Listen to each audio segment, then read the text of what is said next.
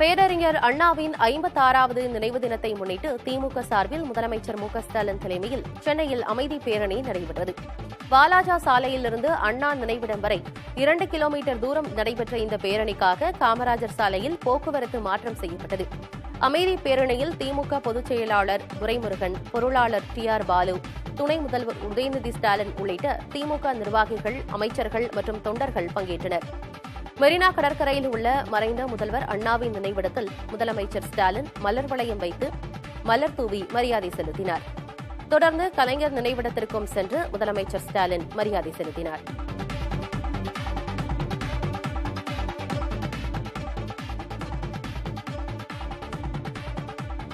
திருப்பரங்குன்றம் மலை விவகாரம் தொடர்பாக இந்து முன்னணி நடத்தும் ஆர்ப்பாட்டத்திற்கு அனுமதி வழங்கக் கோரி தொடரப்பட்ட வழக்கை அவசர வழக்காக விசாரிக்க உயர்நீதிமன்ற மதுரை கிளை மறுப்பு தெரிவித்துள்ளது.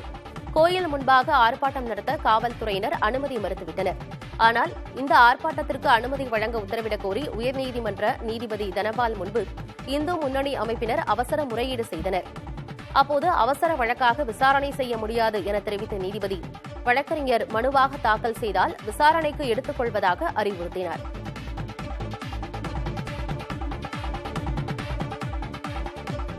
தமிழக மீனவர்களை இலங்கை கடற்படை கைது செய்ததை கண்டித்து ராமேஸ்வரம் மீனவர்கள் ஒருநாள் வேலைநிறுத்த போராட்டத்தை அறிவித்துள்ளனர். மண்டபம் தெற்கு துறைமுகத்திலிருந்து ஆழ்கடலுக்கு சென்ற 10 மீனவர்களை எல்லை தாண்டி மீன்பிடித்ததாக கூறி இலங்கை கடற்படை கைது செய்து படகையும் பறிமுதல் செய்துள்ளது. தொடர்ச்சியாக தமிழ்நாட்டு மீனவர்கள் கைது செய்யப்படும் நடவடிக்கையை கண்டித்து நாளை ஒருநாள் அடையாள வேலைநிறுத்த போராட்டத்தில் ஈடுபட உள்ளதாக மீனவர் சங்கத்தினர் அறிவித்துள்ளனர்.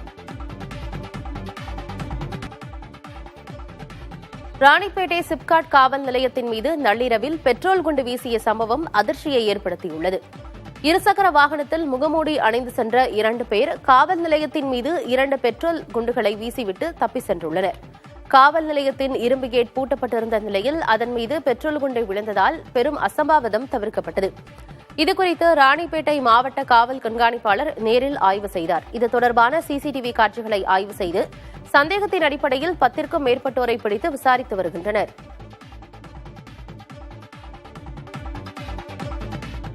சங்கராபுரம் அருகே இன்ஸ்டாகிராம் மூலம் காதல் வசப்பட்ட மகளுக்கு முட்டை பொரியலில் எலி பேஸ்டை கலந்து கொடுத்து கொல்ல முயன்றதாக தாய் கைது செய்யப்பட்டுள்ளார். கள்ளக்குறிச்சி மாவட்டத்தைச் சேர்ந்த கல்லூரி மாணவி இன்ஸ்டாகிராம் மூலமாக அறிமுகமான நபருடன் பழகி வந்துள்ளார். இதுகுறித்து அறிந்த அவரின் தாய் கல்லூரி மாணவிக்கு எலி பேஸ்ட் கலந்த உணவை கொடுத்ததாக கூறப்படுகிறது. இதனால் உடல்நலம் பாதிக்கப்பட்ட மாணவியை தந்தையும் சகோதரனும் மருத்துவமனையில் அனுமதித்த நிலையில் அவருக்கு சிகிச்சை அளிக்கப்பட்டு வருகிறது. இந்த நிகழ்வு குறித்து வழக்கு பதிவு செய்து விசாரணை மேற்கொண்ட காவல்துறையினர் மாணவியின் தாயை கைது செய்து சிறையில் அடைத்தனர்.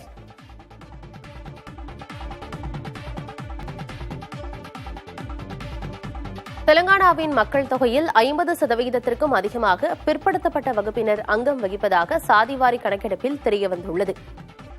அமைச்சரவை முன்பு தாக்கல் செய்யப்பட்ட சமூக பொருளாதார, கல்வி, வேலைவாய்ப்பு, அரசியல் மற்றும் சாதிவாரி கணக்கெடுப்பு அறிக்கையில் இடம்பெற்ற தரவுகள் வெளியாகியுள்ளன. அதில் மாநில மக்கள் தொகையில் 17.43% பட்டியலினத்தவர், 10.45% பழங்குடியினர் இருப்பதாக தெரிவிக்கப்பட்டுள்ளது. இதர வகுப்பினர் 15.79% உள்ள நிலையில் அதிகபட்சமாக பிற்படுத்தப்பட்ட வகுப்பினர் 56.33% பேர் உள்ளனர். நாளை நடைபெறும் சட்டப்பேரவை கூட்டத்தொடரில் இந்த ஆய்வறிக்கை குறித்து விவாதிக்கப்படும் என அமைச்சர் உத்தம்குமார் ரெட்டி தெரிவித்துள்ளார்.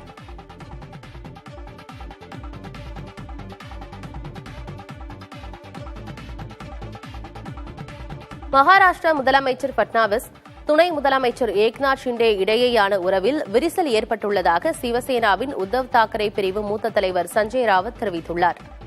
கட்சியின் அதிகாரப்பூர்வ நாளிதழில் அவர் எழுதிய கட்டுரையில், முதல்வர் பதவி தரப்படும் என உறுதியளித்து பாஜக ஏமாற்றிவிட்ட விரக்தியில் ஷிண்டே இருப்பதாகவும் பட்னாவிஸிடம் அவர் பேசுவதே இல்லை என்றும் குறிப்பிட்டுள்ளார். முதல்வர், துணை முதல்வரிடையே ஏற்பட்டுள்ள விரிசலால் அரசு இயந்திரம் முடங்கியுள்ளதாகவும் மாநிலத்தின் வளர்ச்சி பாதிக்கப்பட்டுள்ளதாகவும் சஞ்சய் ராவத் குறிப்பிட்டுள்ளார்.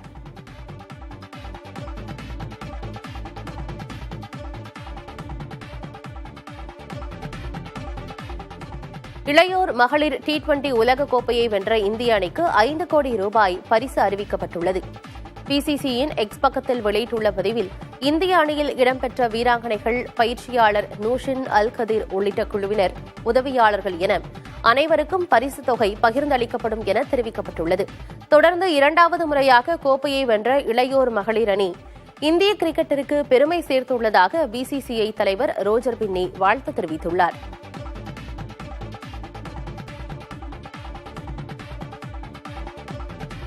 நெதர்லாந்தில் நடைபெற்ற டாடா ஸ்டீல்ஸ் செஸ் மாஸ்டர்ஸ் தொடரில் தமிழகத்தைச் சேர்ந்த கிராண்ட் மாஸ்டர் பிரக்ஞானந்தா மகுடம் சூடினார். 13 சுற்றுகளின் முடிவில் உலக சாம்பியன் குகேஷ், பிரக்ஞானந்தா ஆகிய இருவரும் 8.5 புள்ளிகளுடன் முதல் 2 இடங்களை பிடித்தனர். இதையடுத்து வெற்றியாளரை தீர்மானிக்க டை பிரேக்கர் முறை பின்பற்றப்பட்டது. பரபரப்பான டை பிரேக்கர் சுற்றில் 2-1 என்ற கணக்கில் பிரக்ஞானந்தா வாகை சூடினார். இதன் மூலம் செஸ் மாஸ்டர்ஸ் தொடரில் முதன்முறையாக பிரக்ஞானந்தா சாம்பியன் பட்டம் வென்றுள்ளார். விஸ்வநாதன் ஆனந்துக்கு பிறகு இந்த பட்டத்தை வெல்லும் 2வது இந்தியர் என்ற பெருமையையும் அவர் பெற்றுள்ளார். நாகை மாவட்டத்தில் சுனாமியால் பெற்றோரை இழந்து அரசு காப்பகத்தில் வளர்ந்த பெண்ணுக்கு கூட்டுறவுத்துறை செயலாளர் ராதாகிருஷ்ணன் தந்தையாக இருந்து திருமணம் செய்து வைத்தார். மணப்பெண்ணான மீனாவுக்கு நெல்லுக்கடை மாரியம்மன் கோயிலில் நடைபெற்ற திருமண வைபவத்தை ராதாகிருஷ்ணன் குடும்பத்தினர் பெண் வீட்டாராக இருந்து சிறப்புற நடத்தினர். அருகே உள்ள திருமண மண்டபத்தில் வரவேற்பு நிகழ்ச்சியும் நடத்தினர். 2004ஆம் ஆண்டு ஆழிப்பேரலை ஏற்பட்டபோது கீச்சாங்குப்பத்தில் மீட்கப்பட்ட 2 வயது பெண் குழந்தை அப்போதைய நாகை ஆட்சியர் ராதாகிருஷ்ணனிடம் ஒப்படைக்கப்பட்டது. அந்த குழந்தையை அவர் நாகையில் உள்ள அரசு அன்னை சத்யா குழந்தைகள் காப்பகத்தில் ஒப்படைத்தார். மீனா என்று பெயர் சூட்டப்பட்ட அந்த குழந்தை உட்பட சுனாமியின் போது மீட்கப்பட்ட அனைத்து குழந்தைகளையும் தொடர்ந்து கண்காணித்த ராதாகிருஷ்ணன் ஒரு தந்தையாக இருந்து அரவணைத்து பாதுகாத்தார். பணியிடம் மாறினாலும் அன்பு மாறவில்லை அவருக்கு. காப்பகத்தில் வளர்ந்த குழந்தைகளுக்கு திருமண வயது வந்ததும் அடுத்தடுத்து திருமணம் முடிந்தது. இதன் தொடர்ச்சியாகவே மீனாவுக்கு திருமணம் நடைபெற்றது.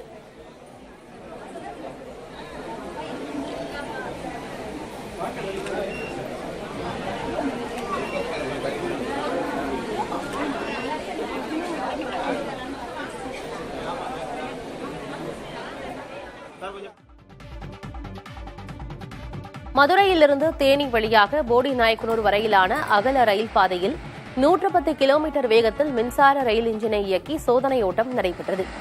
கடந்த வாரம் மின்சார ரயில் போக்குவரத்துக்கு மின் தொடர்பு ஏற்படுத்தி தரும் பாண்டோகிராஃப் என்ற மின்தடை இணைப்பு உபகரண ஆய்வு சோதனை ஓட்டம் நடந்ததைத் தொடர்ந்து ரயில் என்ஜின் சோதனை ஓட்டம் நடைபெற்றது. காலை 10:57 மணிக்கு மதுரை ரயில் நிலையத்திலிருந்து புறப்பட்ட மின்சார ரயில் இன்ஜின் தேனி வழியே மதியம் 12:33 மணிக்கு போடி சென்றடைந்தது. ஆண்டிப்பட்டி கணவாய் மற்றும் போடி நாயக்கனூர் பூதிபுரம் அருகே உள்ள பாலங்களில் ரயில் என்ஜின் வேகம் குறைக்கப்பட்டதால் போடி நாயக்கனூர் வந்தடைய 1 மணி நேரம் 36 நிமிடமானது.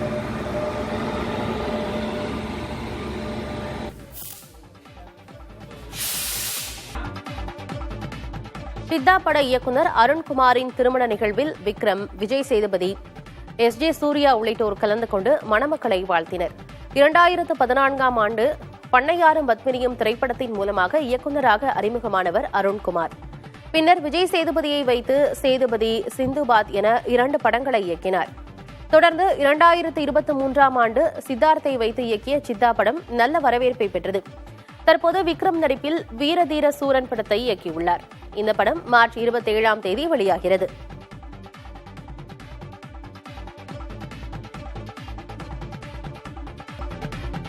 தங்கப்பத்திரம் சேமிப்பு திட்டத்தை ரத்து செய்ய மத்திய அரசு முடிவு செய்துள்ளது. தங்கம் இறக்குமதியை குறைக்கும் நடவடிக்கையாக கடந்த 2015ஆம் ஆண்டு தங்கப்பத்திர சேமிப்பு திட்டத்தை மத்திய அரசு அறிவித்திருந்தது. ஆனால் இவை அனைத்தும் அரசின் வருவாய் மற்றும் செலவினத்தில் தாக்கத்தை ஏற்படுத்துகிறது. இந்த நிலையில் தங்கப்பத்திரம் சேமிப்பு திட்டத்தை ரத்து செய்ய மத்திய அரசு முடிவு செய்துள்ளதாக தகவல் வெளியாகியுள்ளது. இத்திட்டத்துக்காக மத்திய அரசு அதிக அளவில் கடன் வாங்குவதாகவும், எனவே அந்த திட்டத்தை மேற்கொண்டு தொடர வேண்டாம் என முடிவு செய்துள்ளதாகவும் பொருளாதார விவகாரங்களுக்கான செயலாளர் அஜய் சேத் தெரிவித்துள்ளார்.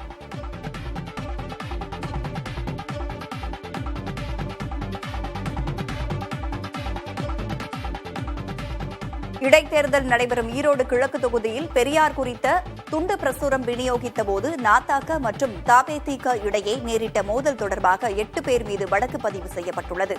தந்தை பெரியார் திராவிடர் கழகத்தினரை தாக்கியது தொடர்பாக நாம் தமிழர் கட்சியைச் சேர்ந்த 4 பேர் மீது வழக்கு பதிவு செய்யப்பட்டுள்ளது.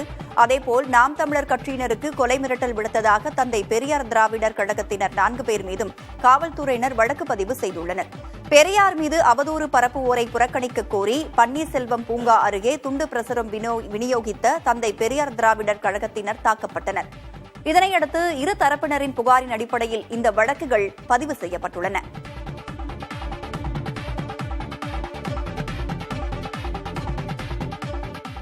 திருவண்ணாமலை மாவட்டம் ஆரணியில் போதிய அரசு பேருந்துகள் இல்லாததால் நீண்ட நேரம் பேருந்து நிலையத்தில் காத்திருக்க வேண்டிய நிலை இருப்பதாக பயணிகள் குற்றச்சாட்டை முன்வைக்கிறார்கள். குறிப்பாக முகூர்த்த நாட்கள் உள்ளிட்ட முக்கிய தினங்களில் பழைய மற்றும் புதிய பேருந்து நிலையங்கள் இரண்டிலும் ஆயிரக்கணக்கான மக்கள் குவியும் நிலை ஏற்பட்டுள்ளது.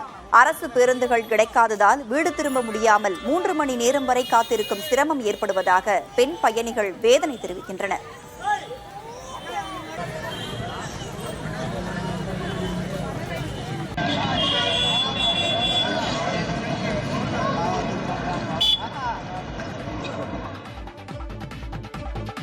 விழுப்புரம், கள்ளக்குறிச்சி உள்ளிட்ட 4 மாவட்டங்களில் கவர்ச்சிகரமான திட்டங்கள் மூலம் சுமார் 80 லட்சம் ரூபாய்க்கு மேல் மோசடி செய்த நபரை பொருளாதார குற்றப்பிரிவு காவல்துறையினர் கைது செய்துள்ளனர்.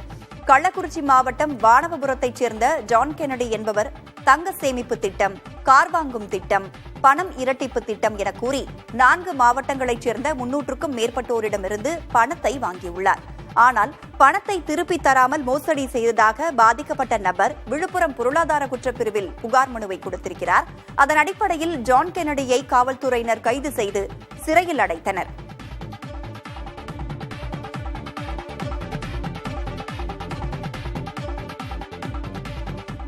அமெரிக்காவில் புறப்பட தயாராக இருந்த விமானத்தில் தீப்பிடித்ததால் பரபரப்பு ஏற்பட்டது. ஹூஸ்டன் நகரிலிருந்து நியூயார்க் செல்லவிருந்த யுனைடெட் ஏர்லைன்ஸ் விமானத்தின் இன்ஜினில் இருந்து புகை வெளியேறியது. இதனை அறிந்த விமானி குழுவினர் உடனடியாக கட்டுப்பாட்டு அறைக்கு தகவல் கொடுத்தனர். இதனையடுத்து விமானத்தில் இருந்த 104 பயணிகளும் பாதுகாப்பாக வெளியேற்றப்பட்டு வேறு விமானத்தில் அனுப்பி வைக்கப்பட்டனர். தீ விபத்துக்கான காரணம் குறித்து விமான நிலைய அதிகாரிகள் விசாரணை நடத்தி வருகிறார்கள். திருவாரூர் மாவட்டம் மன்னார்குடியில் பாபா பக்ருதீன் என்பவரை என்ஐஏ அதிகாரிகள் கைது செய்தனர். சென்னையில் இருந்து வந்த ஒரு ஆய்வாளர் தலைமையில் 3 பேர் கொண்ட என்ஐஏ அதிகாரிகளால் இச்சோதனை நடத்தப்பட்டது. தடை செய்யப்பட்ட இயக்கங்கள் தொடர்பான ஆவணங்கள் பாபா பக்ருதீனின் வீட்டில் உள்ளனவா என்று தேடி வரும் அதிகாரிகள் அவரது தொலைபேசிகளையும் அதில் உள்ள உரையாடல்களையும் கைப்பற்றியுள்ளனர். என்ஐஏ சோதனையை முன்னிட்டு காவல்துறையினர் ஏராளமானோர் பாதுகாப்பு பணியில் ஈடுபட்டனர். தடை செய்யப்பட்ட கிலாபத் இயக்கத்தின் உறுப்பினர் என்று கருதப்படும் பாபா பக்ருதீன் வீட்டில் கடந்த 2021ஆம் ஆண்டு என்ஐஏ சோதனை நடத்தப்பட்டது குறிப்பிடத்தக்கது. திருவாரூர் மாவட்டத்தில் வசிக்கும் ஆதியன் பழங்குடி இனத்தவருக்கு சாதிச் சான்றிதழ் வழங்கக் கோரி 8வது நாளாக பள்ளி புறக்கணிப்பு போராட்டம் நடைபெற்று வருகிறது. இரத்த உறவுகள் பலருக்கு வழங்கப்பட்டுள்ள சான்றிதழ்கள் தங்களுக்கு ஏன் வழங்கப்படவில்லை என்று கேட்டு நடைபெறும் போராட்டத்தால் 8 நாட்களாக சுமார் 500 குழந்தைகளின் கல்வி பாதிக்கப்பட்டு வருகிறது. 2 முறை நடந்த பேச்சுவார்த்தையில் உடன்பாடு எட்டப்படாத நிலையில் பழங்குடிகளின் போராட்டம் தொடர்ந்து வருகிறது.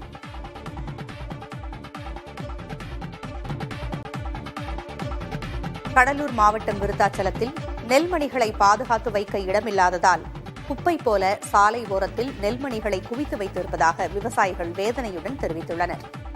புயல், பருவநிலை மாற்றம் உள்ளிட்ட பிரச்சினைகளை தாண்டி நெல் அறுவடை செய்யப்பட்ட நிலையில் அதனை பாதுகாப்பாக வைக்க இடமில்லை என்று கூறுகின்றனர். ஒவ்வொரு ஆண்டும் ஆட்கூலி, உரமூட்டை விலை, உழவு வாகன வாடகை என அனைத்துமே ஏறுமுகமாக உள்ள நிலையில் நெல்மணிகளின் விலை கடந்த ஆண்டை ஒப்பிடும்போது சராசரியாக 500 ரூபாய் முதல் 1000 ரூபாய் வரை குறைந்திருப்பதாக தெரிவிக்கின்றனர்.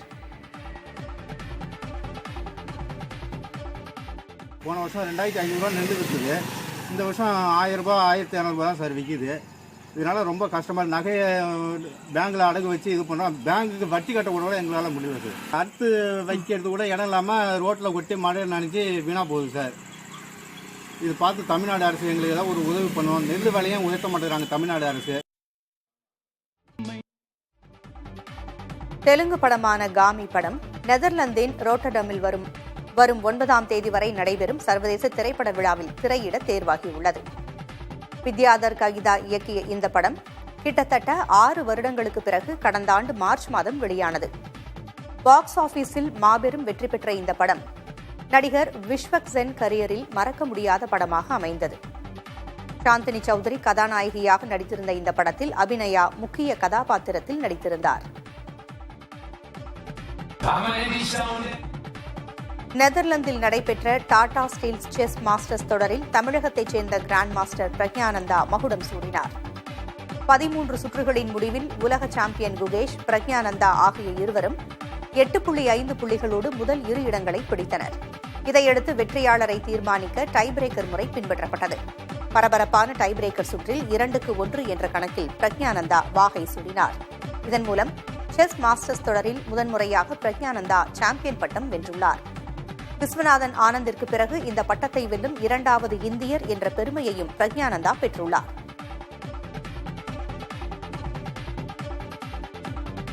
தெலுங்கில் நானி நடிக்கும் தி பாரடைஸ் படத்திற்கு அனிருத் இசையமைக்க உள்ளதாக அதிகாரப்பூர்வமாக அறிவிக்கப்பட்டுள்ளது.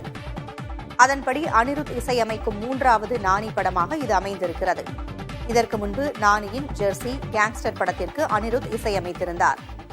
தசரா படத்தை இயக்கிய ஸ்ரீகாந்த் ஒடேலா நானியின் 33வது படத்தை இயக்குகிறார். இந்த படத்திற்கு தி பாரடைஸ் என்று பெயரிடப்பட்டுள்ளது. இந்த படம் குறித்த மற்ற அறிவிப்புகள் விரைவில் வெளியாகும் என்று எதிர்பார்க்கப்படுகிறது. சூர்யாவின் 45வது படத்தில் வில்லனாக மன்சூர் அலிகான் நடிப்பதாக தகவல் வெளியாகியுள்ளது. கடந்த சில நாட்களாகவே இவர் நடிக்கும் காட்சிகள் படமாக்கப்பட்டு வருவதாகவும் கூறப்படுகிறது. நடிகர் சூர்யா RJ பாலாஜி கூட்டணியில் புதிய படம் ஒன்று உருவாகி வருகிறது. இதில் 20 ஆண்டுகளுக்கு பிறகு சூர்யாவோடு த்ரிஷா இணைந்து நடிக்கிறார். அதேபோல் ஸ்வாசிகா, மலையாள நடிகர் இந்திரன்ஸ் உள்ளிட்டோரும் முக்கிய கதாபாத்திரங்களில் நடிக்கின்றனர். படத்திற்கு இளம் இசையமைப்பாளர் சாய் அபியங்கர் இசையமைக்கிறார்.